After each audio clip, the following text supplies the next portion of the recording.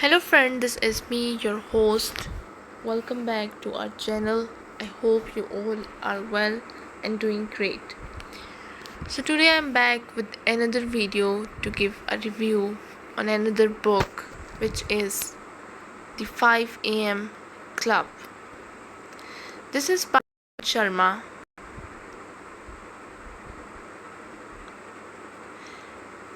Own your morning, elevate your life. In this book, Robin Sharma's helping people all over the world lead great lives.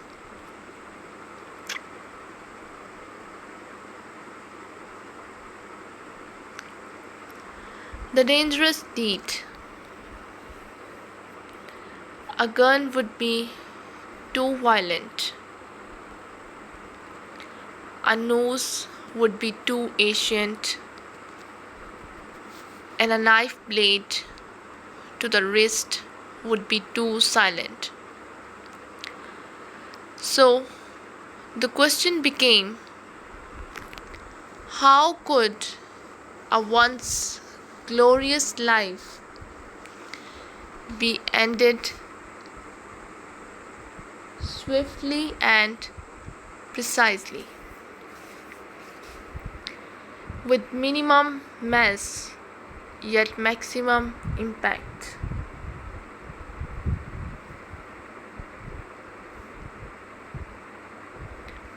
Only a year ago, circumstances had been dramatically more hopeful. The entrepreneur had been widely celebrated as a titan of her industry, a leader of society, and a philanthropist.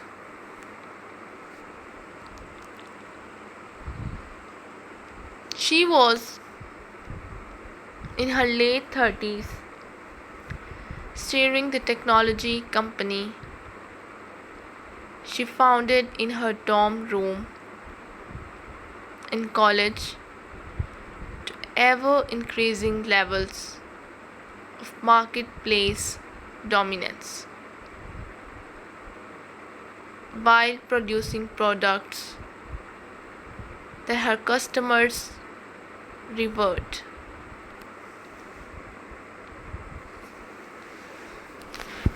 Yet now she was being blindsided, facing a mean spirited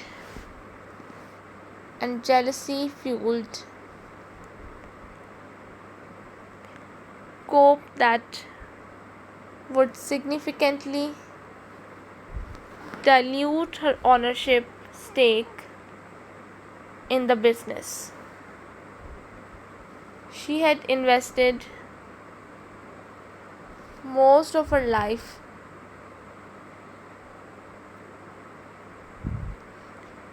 building, forcing her to find a new job.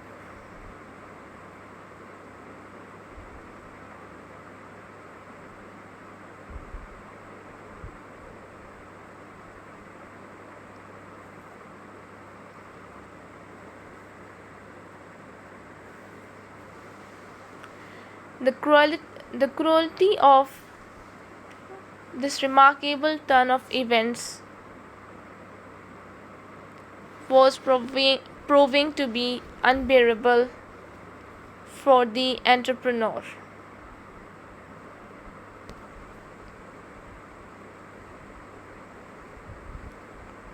Beneath her regularly icy exterior beat a caring, compassionate, and deeply loving heart.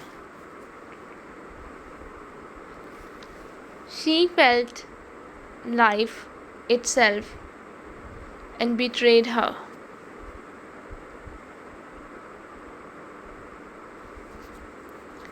and that she deserved so much better.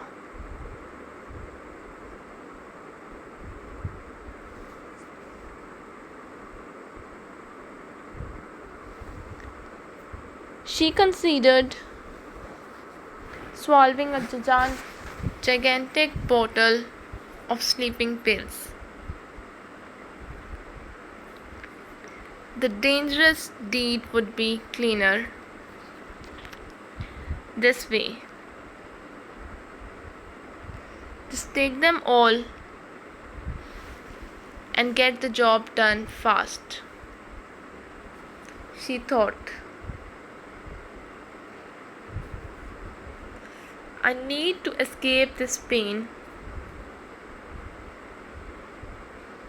Then she spotted something on the stylish oak dresser in her old white bedroom. A ticket to a personal optimization conference that her mother had given her.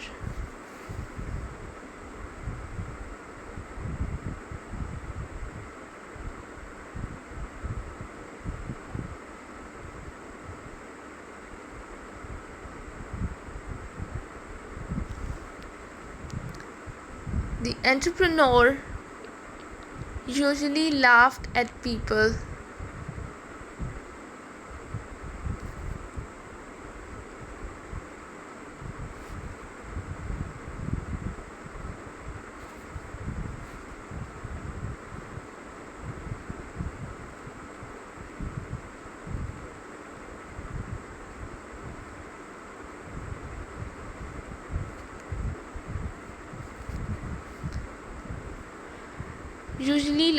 people who attended such events, calling them broken winged.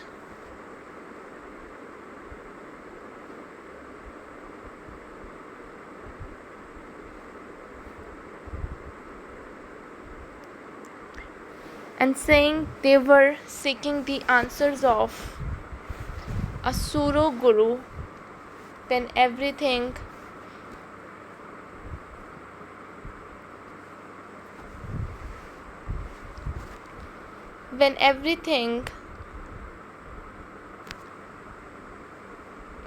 they needed to live a prolific and successful life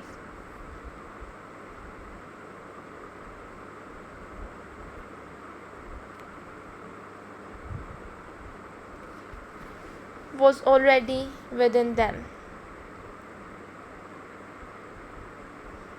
Maybe it was time to rethink her opinion.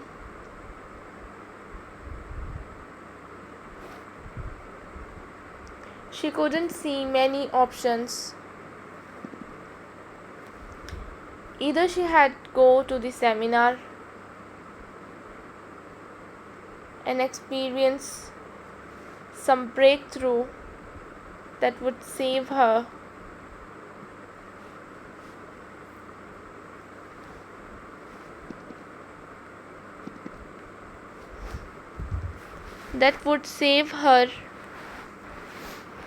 life, or she had find her peace via quick death.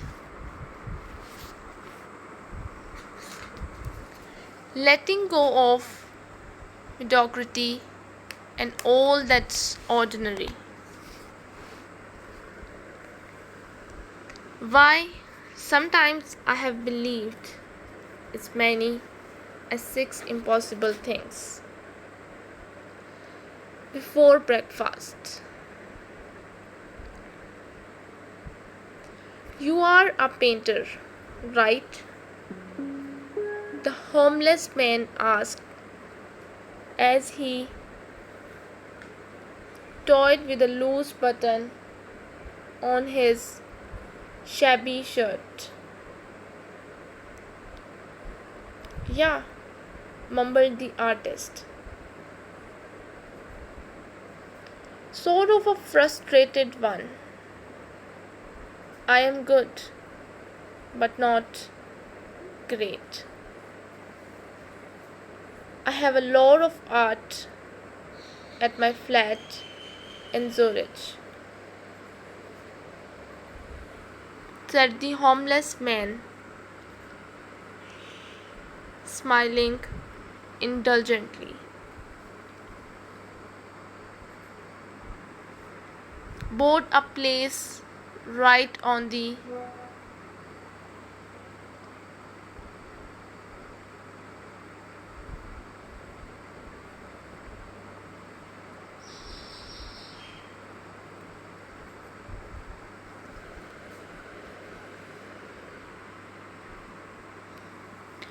bought a place right on the Bahnhofstrasse just before the prices skyrocketed. I have learned the importance of being around only the highest quality wherever I go. That's one of the best winning moves I have made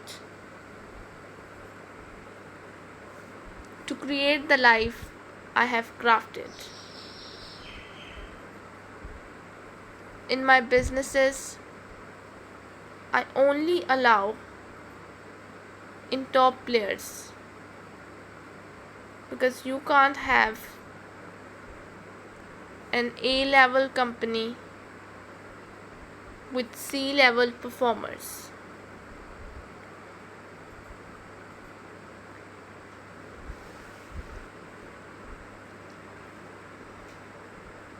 We only release products that totally disrupt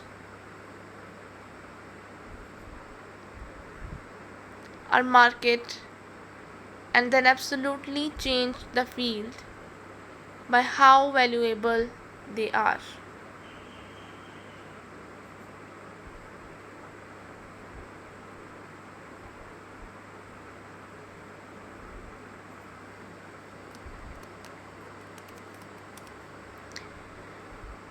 My enterprises only offer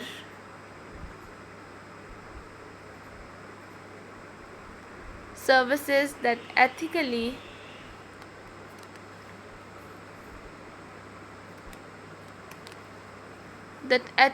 enrich our clients, deliver a breathtaking user experience, and breed fanatical followers who couldn't imagine doing business with anyone else.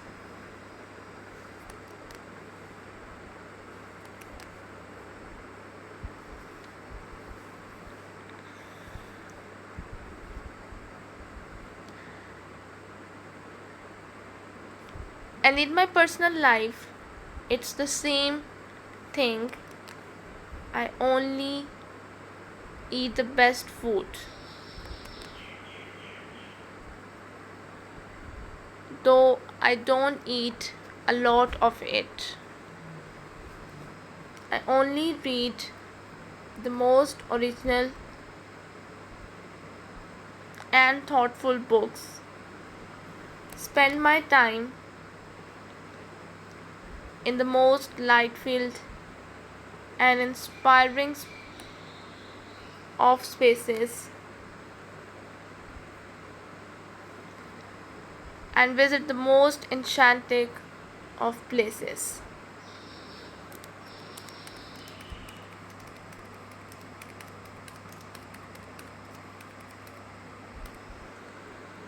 And when it comes to relationships,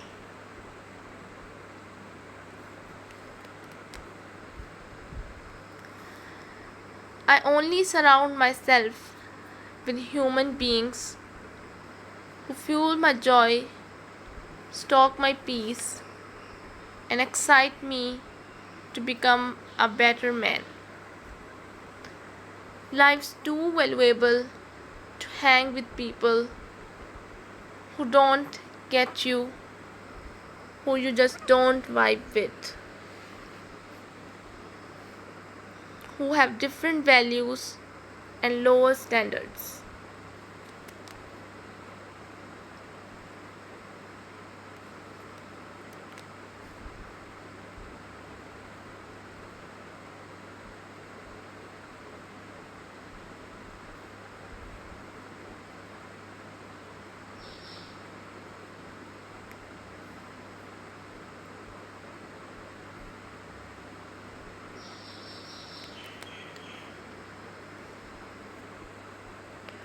who have different mindsets, heart sets, health sets, and soul sets. It's a little miracle how powerfully and profoundly our influences and environments shape our productivity as well as our impact. Interesting, noted the entrepreneur as she stared at her phone.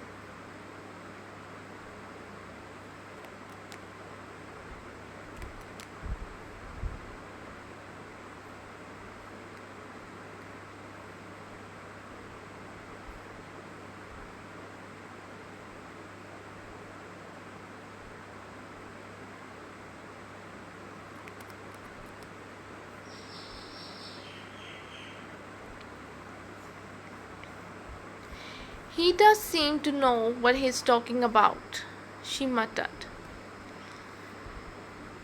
Preparation for a transformation begins in paradise.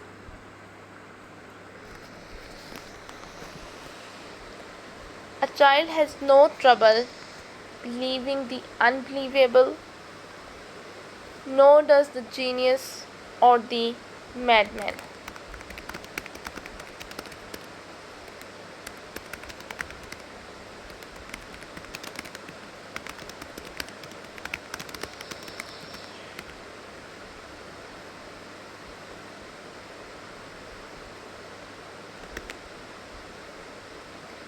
It's only you and I, with our big brains and our tiny hearts, who doubt and overthink and hesitate.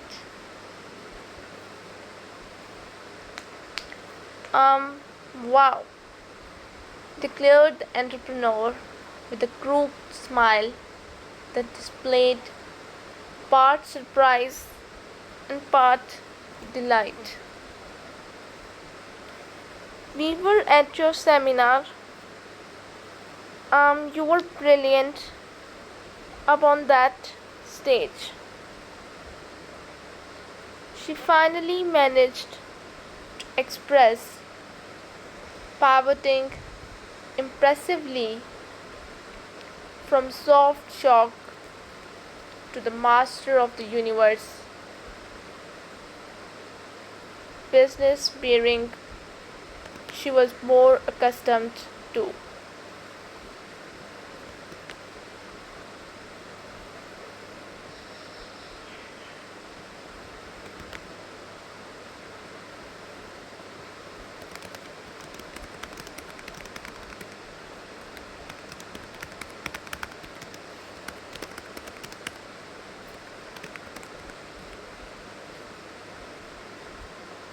I led a technology company.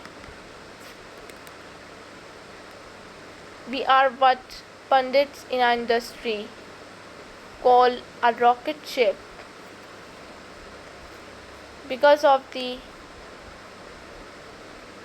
exponential growth we have been experiencing. Things were going phenomenally well until a little while ago. The entrepreneur's voice trailed off. She looked away from the spellbinder and stared at the artist. For a moment, she played nervously with her bracelets.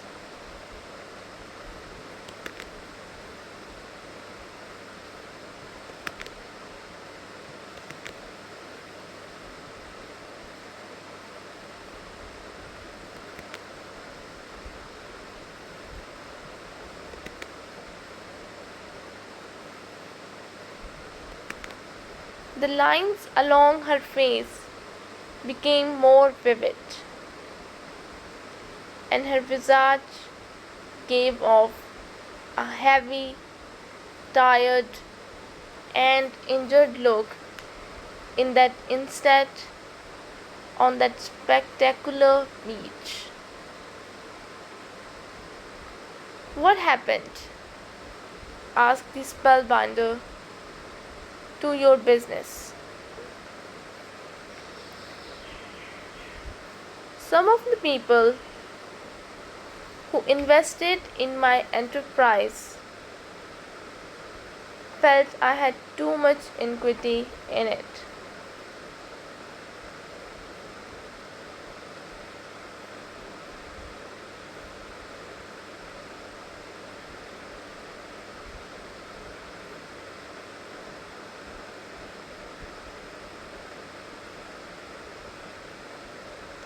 They wanted more for themselves. Super greedy people. So they manipulated my executive team,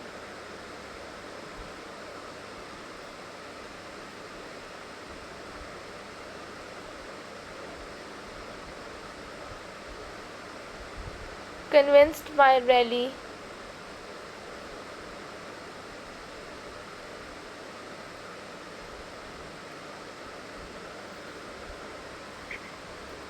convinced key employees to rally against me and are now trying to throw me out of the firm. That place is my whole firm, whole life. The entrepreneur choked up.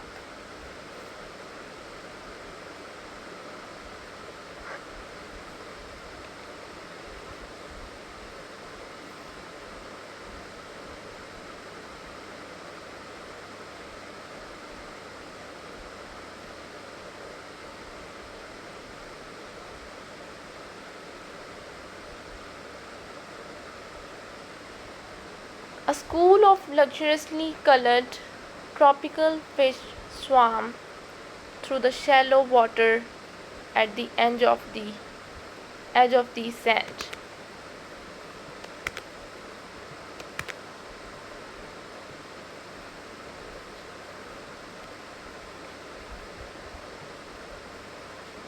I was ready to take my life, she carried on, until I showed up at your seminar.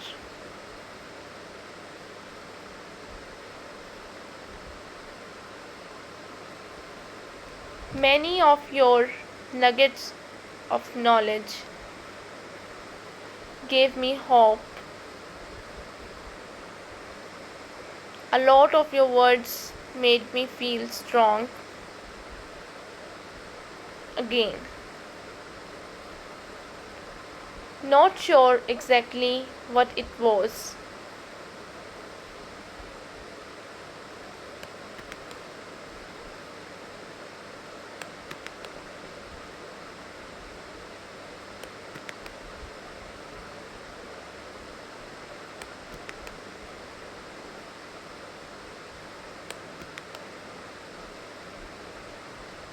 Not sure exactly what it was, but you pushed me to believe in myself and my future.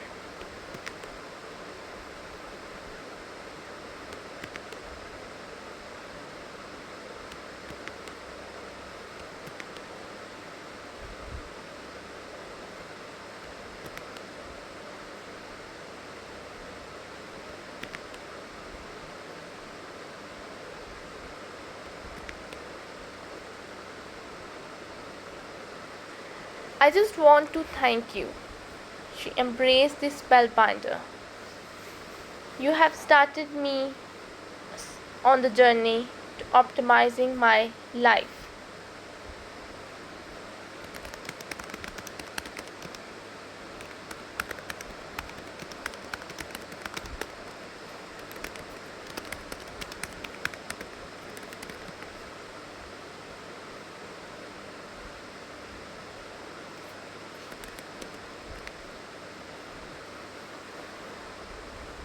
Thank you so much for your generous words. The spellbinder replied, appearing dramatically different from the way he looked the last time the entrepreneur and the artist saw him.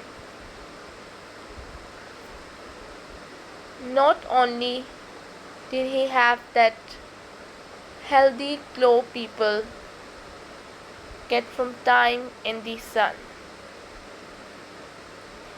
he now stood steadily and had gained a little weight.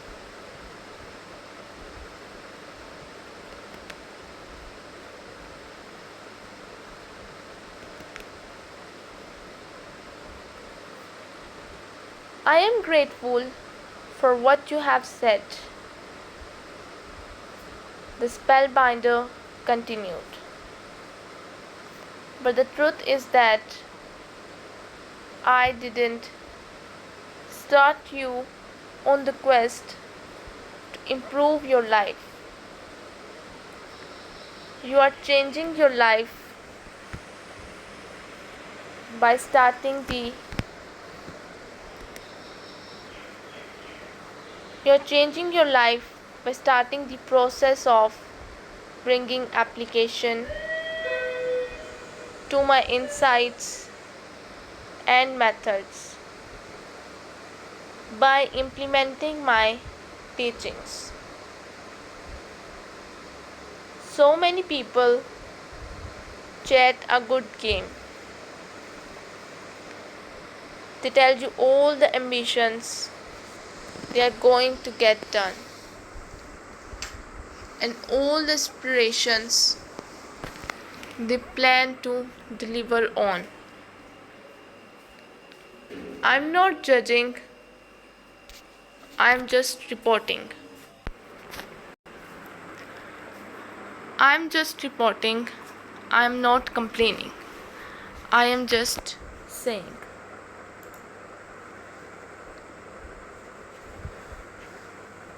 Most people stay the same their entire lives. Too frightened to leave the way they operated yesterday. The four focuses of history makers. The life given us by nature is short, but the memory of a well spent life is eternal. The sunrise was dazzling as the entrepreneur and the artist walked hand in hand.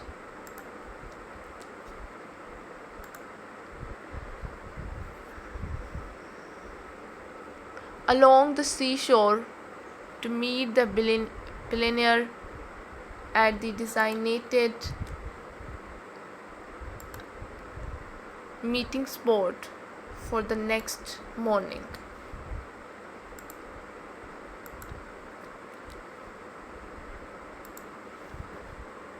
Mentoring class.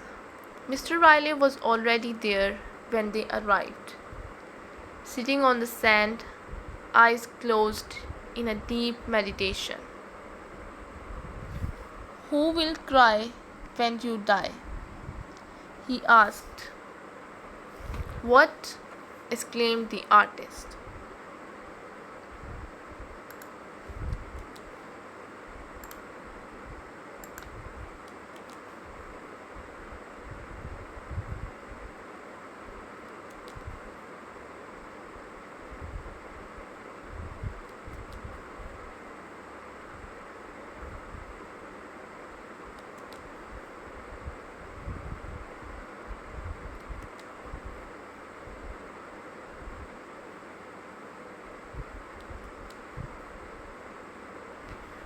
What will those who know you whisper about how you lived once you are no longer here? The billionaire articulated the question in the manner of a skilled actor. You live as if you were destined to live forever.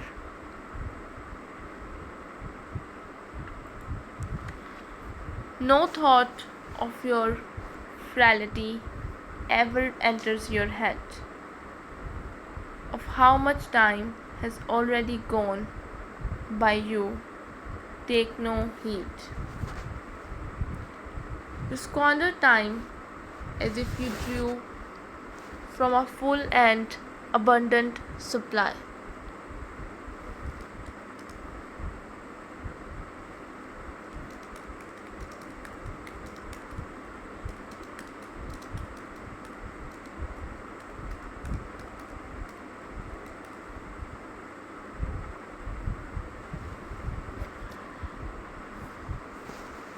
Through all the while that day which you bestow on some person or thing is perhaps your last.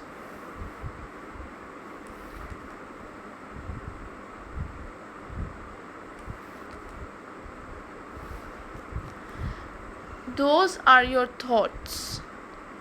Brilliant, stated the artist.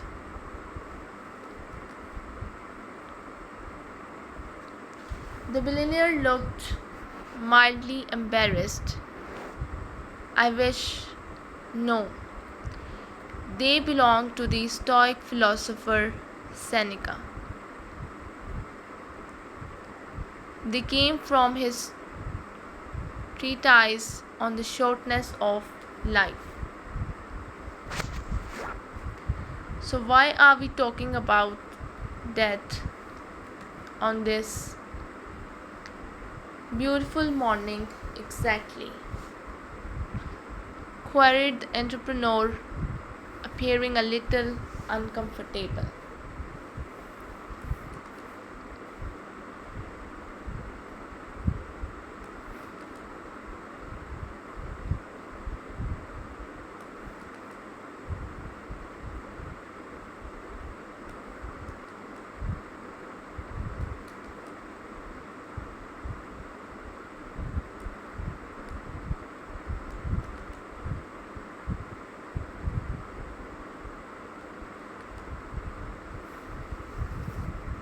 Because most of us alive today wish we had more time, yet we waste the time we have. Thinking about dying brings what matters most into much sharper focus. You will stop allowing digital distraction, cyber diversions, and online nuisances to steal the irreplaceable hours of the blessing called your life. You never get your days back, you know, said the billionaire in a friendly but firm fashion. I reread Chasing Daylight yesterday after my meeting in town. It is a true story of high powered CEO Joni O'Kelly, who was informed he had only a few months left to live when his doctor discovered he had 3 brain tumors. So, did he do? Asked the artist softly. He organized his last days with the same commitment to orderliness he ran his business life by. O'Kelly tried to make up for the school concerts he had missed, the family outings he had passed up, and the friendships he had forgotten. In one part of the book, he shared how he had asked a friend out for a walk in nature. and that this was sometimes not only the final time we would take such a leisurely walk together, but also the first time.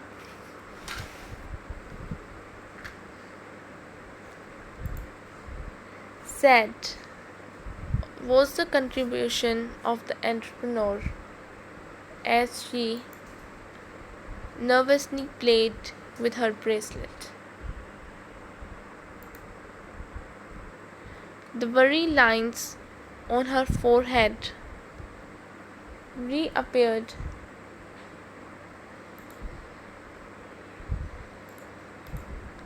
in a full blazing glory.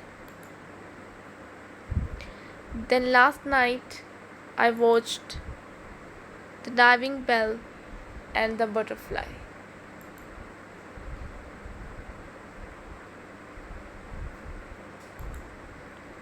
One of my favorite movies, The Billionaire, continued.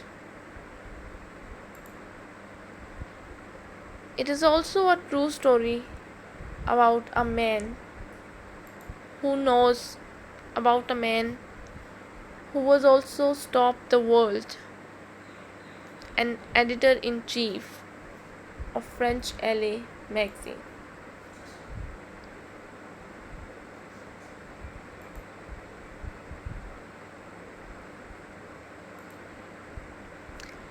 Jean Dominique Bobby had it all and then suffered a stroke that left him unable to move any muscle in his body except for his left eyelid.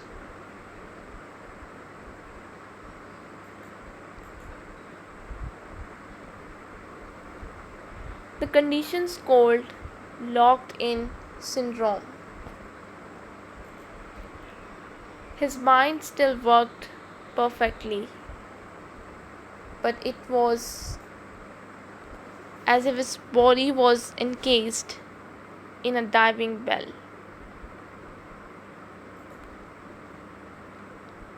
Totally paralyzed. Sad, said the artist, echoing his companion.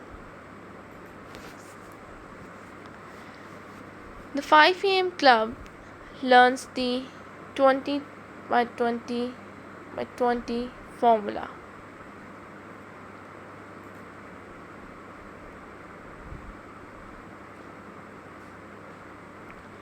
Early in the morning, when you are reluctant in your laziness to get up,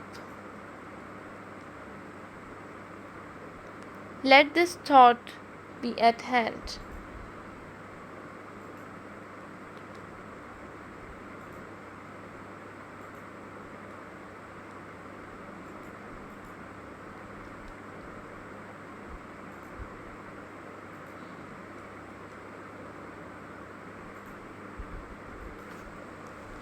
I am rising to do the work of a human being.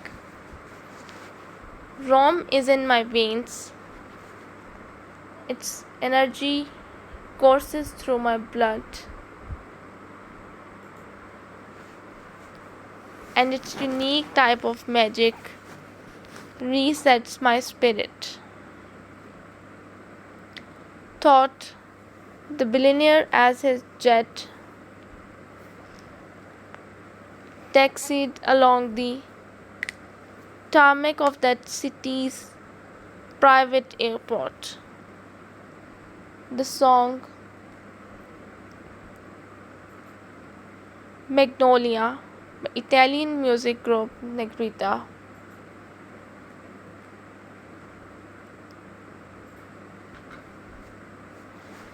pulsed through the speakers of the aircraft as a tycoon swayed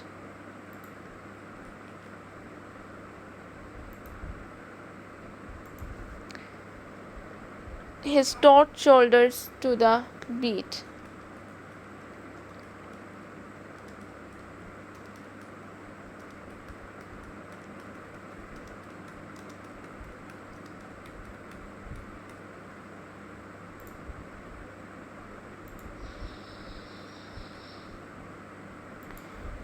The fierce pride, fantastic passions, and glorious hearts of the Romans inspired me so much.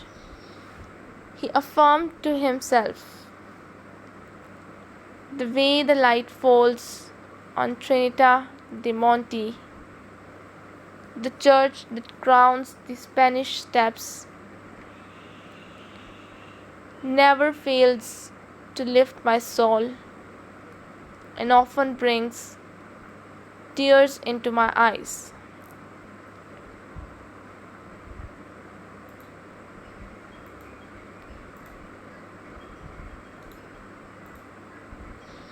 The exquisite food, including the mozzarella di bufala,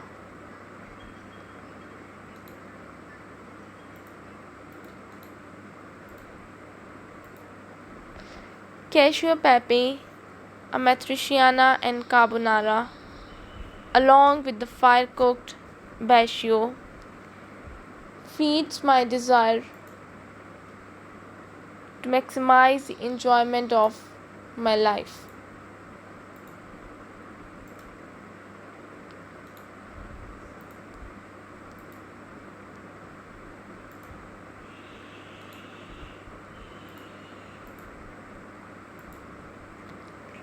And the painstakingly handcrafted architecture in this open air museum of a city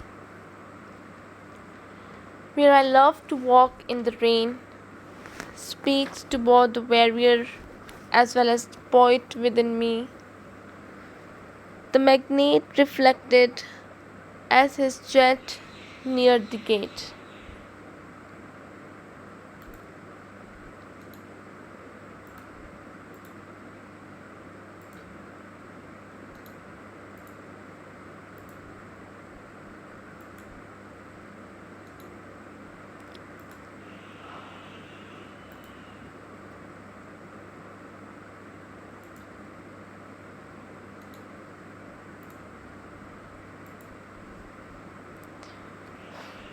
The billionaire had spent many of the finest years of his fantastic, though far from perfect life in Rome, staying at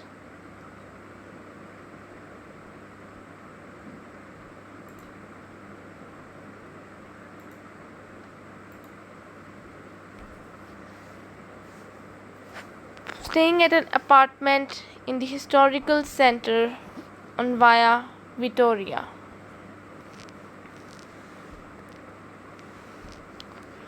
Zurich and his other homies were the places he had mostly to work on projects and manage his global commercial pursuits. But Rome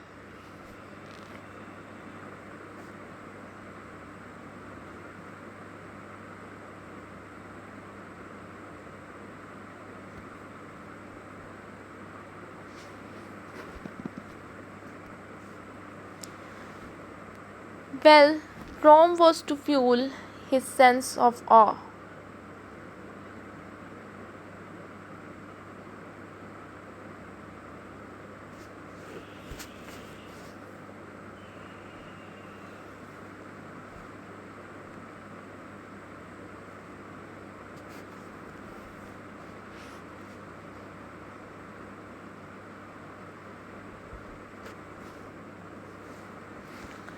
And to nourish his appetite for joy.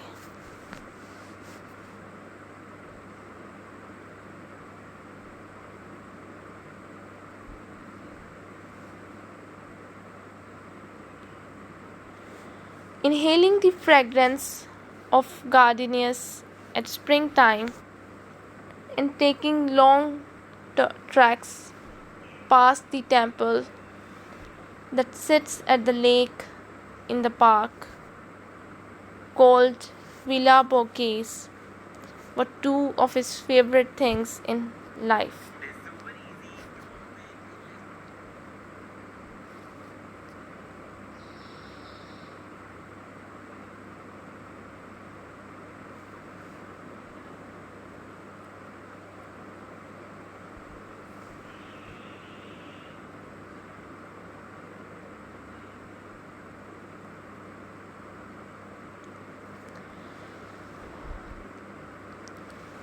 Rising at 5 a.m. before Rome's dense traffic could stifle some of its magnificence, and riding his mountain bike past the Trevi Fountain, up to Monte and by the Colosseum.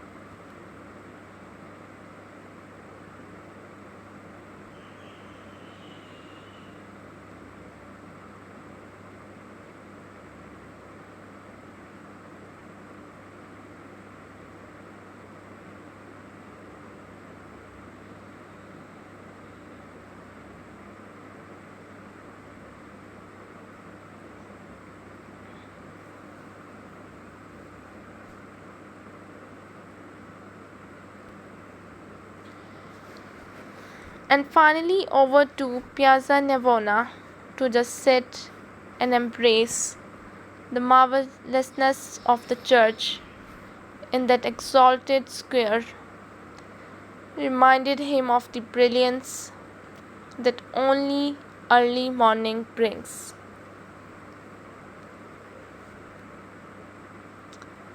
Much more than his wealth, such experiences made him feel prosperous and alive.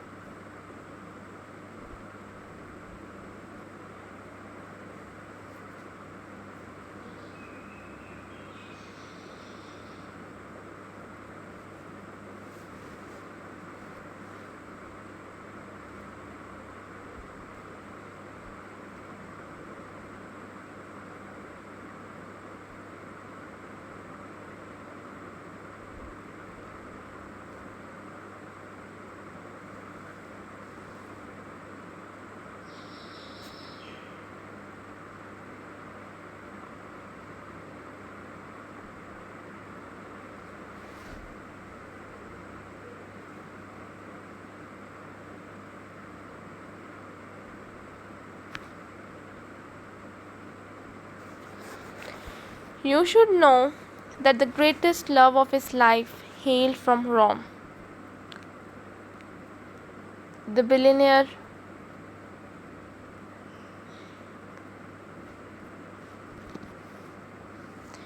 The billionaire met her in an English bookstore just off Via di Condotti, the fabulous street where Italy's iconic fashion houses have their flagship stores. Though he was in his late 30s, the Titan was still a bachelor at the first encounter, something of a playboy and a man known for his taste in the finer pleasures of the world.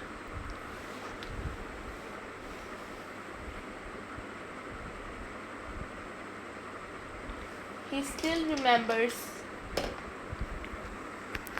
the book he sought her help to find, Jonathan Livingston Seagull and Richard Bach, that wonderfully transformational novel about a seagull who knew he was made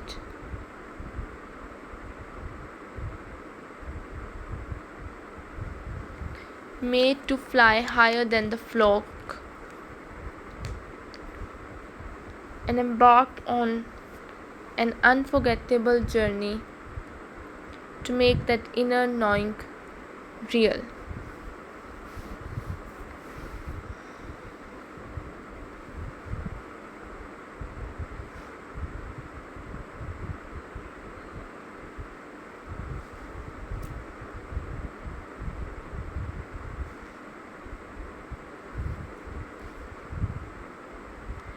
Vanessa put her hands on a copy quickly, was exceedingly polite, yet frustratingly aloof, and then moved on to help another customer.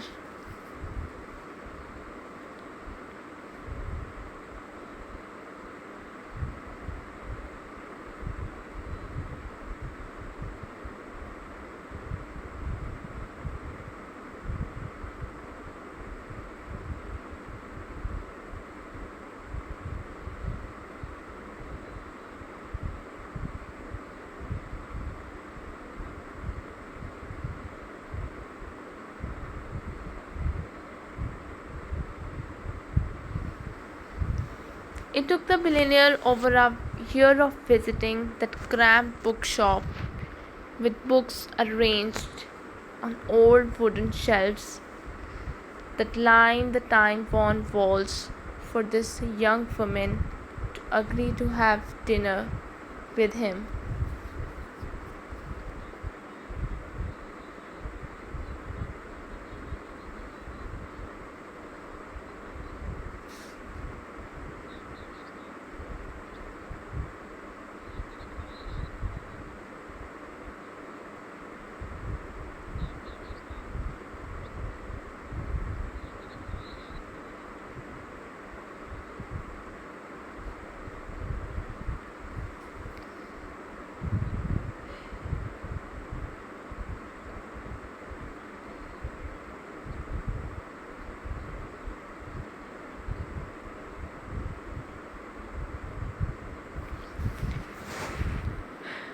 The billionaire's quest was driven by her under the radar kind of beauty, her ardent intelligence, her bohemian personal style, and her awkward laugh that made him feel as happy as a family of bees in a huge honey pot.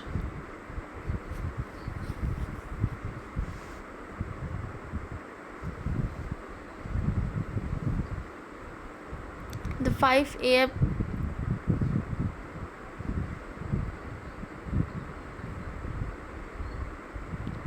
The 5 a.m. club members.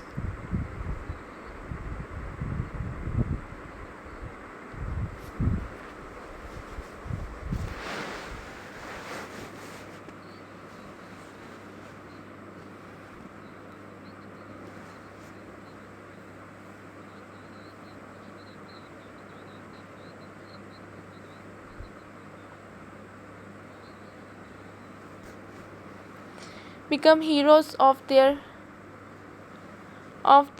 lives.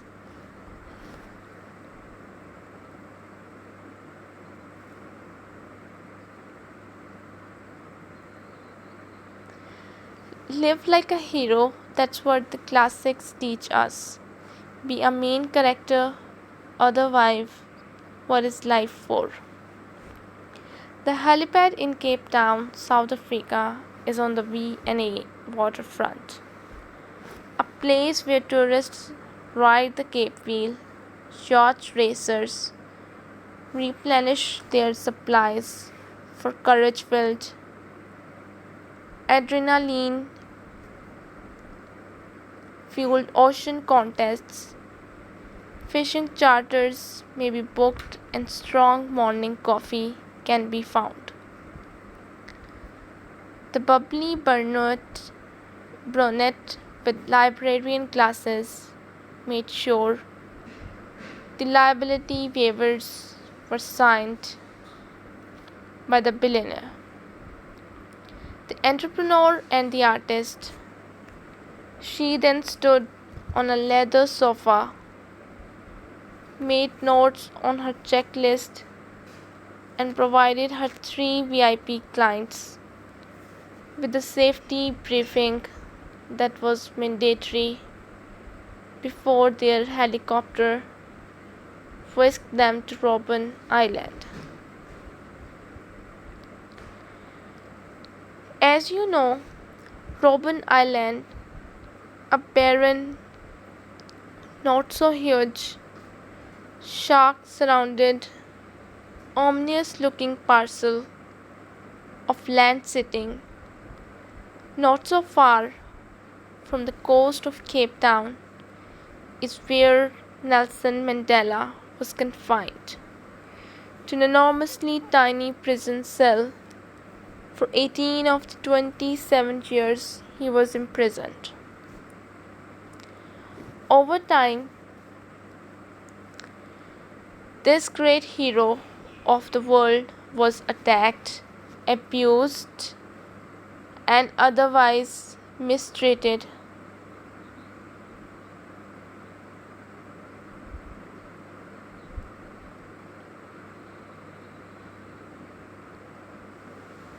and yet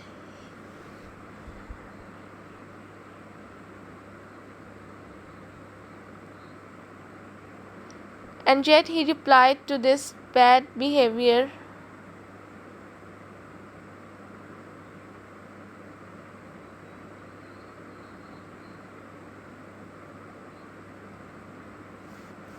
in his captors and guarding his hope.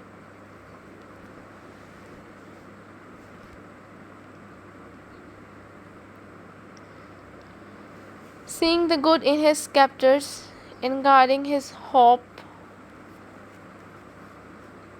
for a democratic nation where all people would be equals.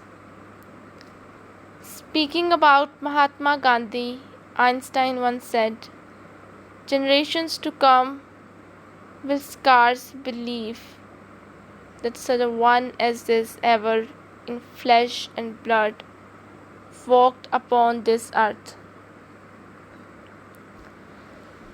The same could be expressed of Mr. Mandela. It's an absolute pleasure to have you here for your short trip over to the island. The woman indicated politely. South Africans are remarkably well-mannered and thoughtful people. The billionaire wore a black baseball cap with the phrase, "To lead is to be of use," stitched on the front of it. So this is all we have from this book. I hope you guys get the useful information from it. If you wanted to buy this book, you can visit our Amazon page, BestBook4u, and buy it from there. And if you want to suggest any book so that I can give a review on that, you can tell me in the comment section. So I'll be back with another video. Till then, just take care and goodbye.